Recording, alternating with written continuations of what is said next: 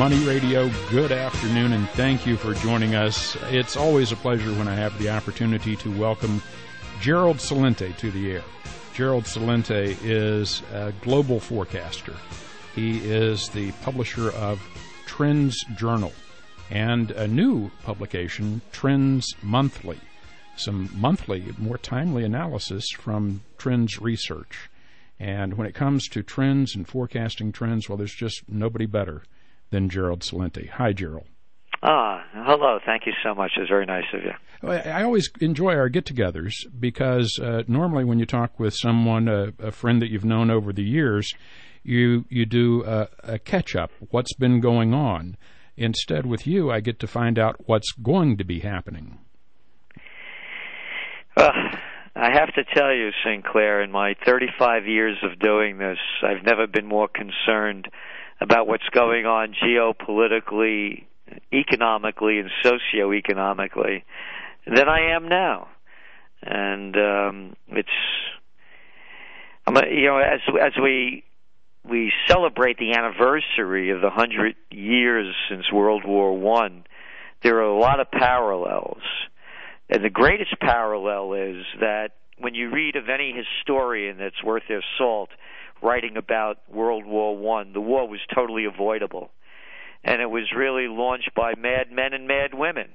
Mm-hmm. And it really destroyed Europe at a time when it was really beginning to blossom, and it's really never ended. And I see that same kind of ineptitude, the same kind of psychopaths and sociopaths, just with different names and different issues, being in charge now. I don't see a lot of difference, and I'm very concerned about the direction things are taking. And propaganda is a way of selling wars very easily. Like, for example, as you know, Americans, we're taught about World War I. I think everybody knows the same story.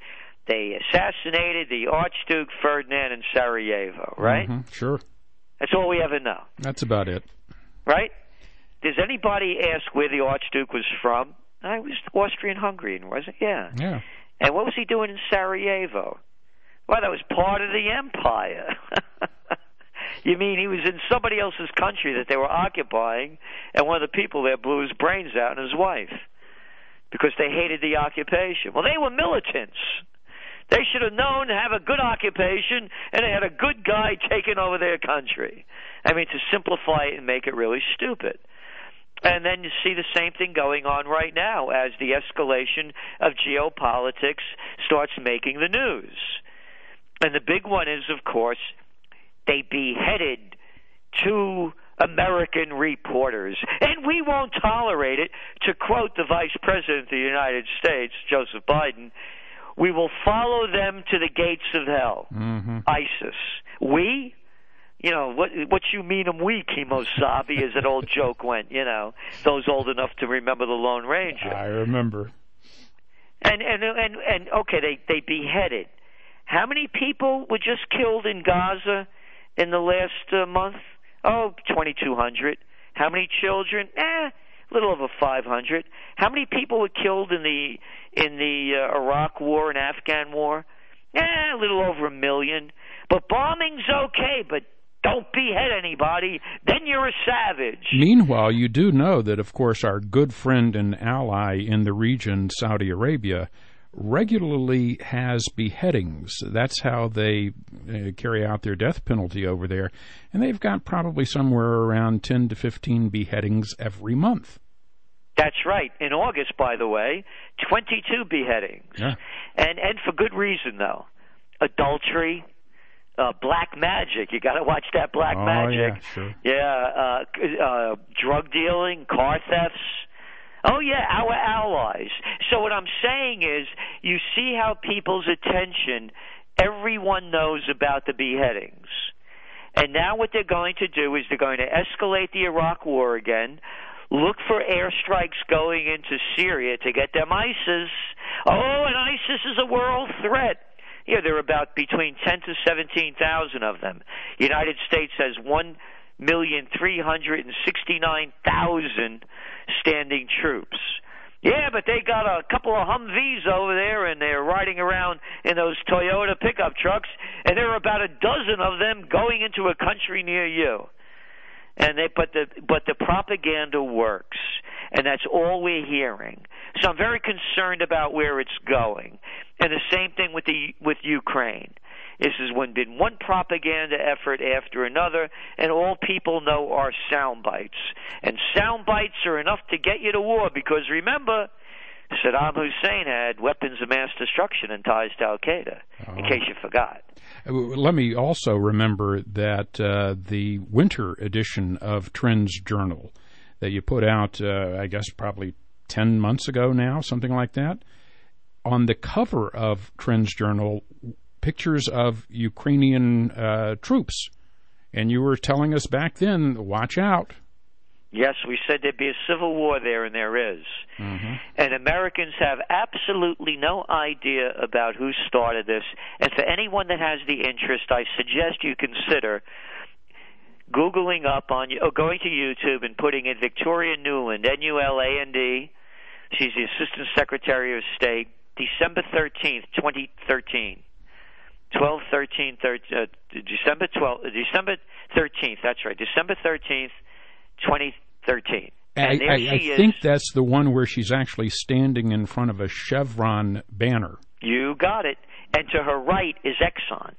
And Chevron had just cut a deal with Ukraine for $11 billion for hydrofracking. And Burisma Energy, the largest energy company in Ukraine, a couple of months ago they appointed Hunter Biden. That's Joseph Biden's son. You know, important people have initials, and they could be Hunter. And they just appointed him to the head of the board of directors of Burisma Energy. And they also appointed Devon Archer, who is Secretary of State John Kerry's stepson, who is Christopher Hines. It's his business partner to Burisma Energy. No cronyism there, I'm sure. No, not at all. No. By the way, another one in a revolving door incident. Eric Cantor, the former Republican leader of the House, he lost the election. He just cleared a deal with a Wall Street firm. I think it's like $4.3 million a year, and a salary like a $400,000 plus. So these aren't revolving doors as I see them. They're revolving whores. They're either paid by government or paid by Wall Street to screw you. And I'm sure you've heard about former Senators Trent Lott and Breaux from Louisiana, who have signed on as lobbyists for Gazprom Bank from Russia. Yeah, isn't that nice, huh?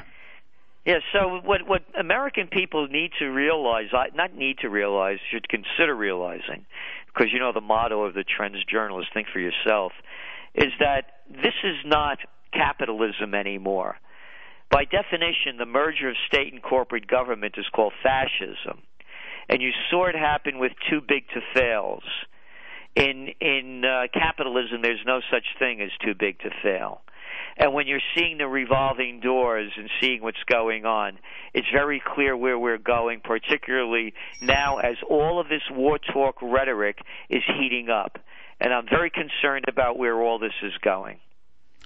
Well, that's really kind of it. Where is it going, and what are the implications for average Americans, average readers of the TrendsJournal? Well, on the economic front, look at the job numbers that came out last week. Mm-hmm.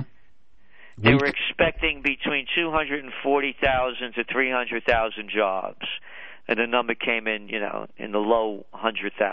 142, and then you break out the jobs, 100. What was it? 142,000. 142, yeah. And when you break them out, they're in health, education, and social services. Nothing productive, only costing us. It's government spending, basically. And when you look at them, they're mostly low-paying jobs. That's where it's going. Well, so while America is telling the rest of the world what they should do and how they should live, how about cleaning up our own backyard and getting it in order before we move overseas? So you can see where the economy's going. And now they're talking about raising interest rates. When interest rates go up, the economy goes down, period, paragraph. This was an interest rate recovery, the longest trend of 0% virtually interest rates in history. And all it was able to do was boost the stock market while real wages have declined significantly since the panic of '08 hit. Gerald, I've looked at charts that compare the stock market with the Federal Reserve's balance sheet. And as the Fed has added to their balance sheet over the past 6 years or so in response to the crisis, we've seen the stock market move up almost in lockstep. It has to be associated with all of the stimulus the Fed was throwing at the financial markets.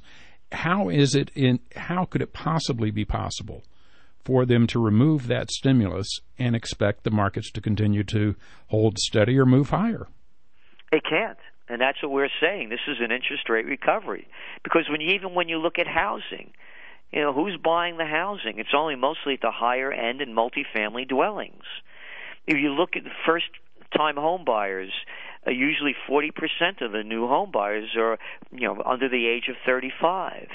Now that number's gone down to 26% of the new home sales are people under 35 and under, because they can't afford new homes. So you're right. As interest rates go up, the economy goes down. And look at the merger and acquisition activity. It's right now. It's in the first half of this year.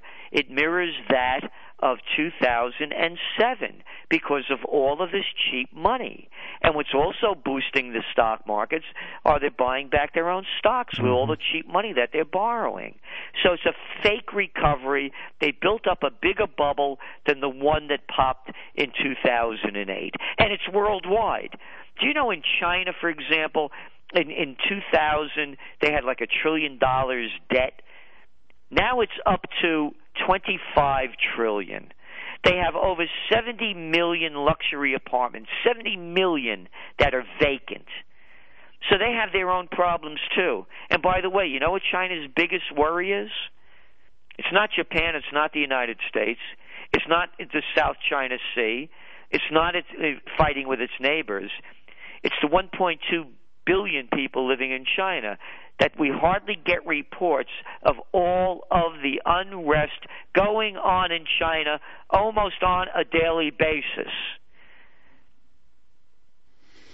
Where does it all break out? Where will we see a tipping point, do you think? I'm fearful that the tipping point is going to be terror. And they're going to use it again like they did with 9/11 to rob us of more of our rights, to make excuses as to why the economy is going down, and to take us to more war. When all else fails, they take you to war. And it's an old trend. You go back to the Great Depression.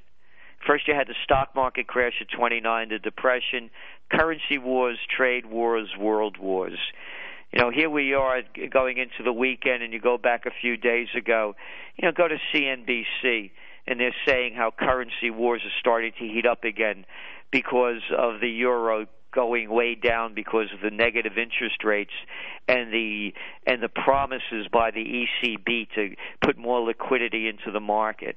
And so when currencies get stronger in other countries, they can't export as much, and there go your trade wars.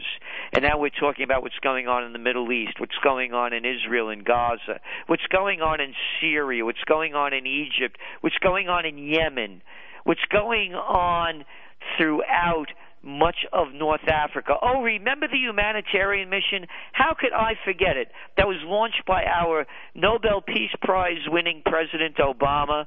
Yeah, the humanitarian mission in Libya that's destabilized the entire country and has created the conditions for more destabilization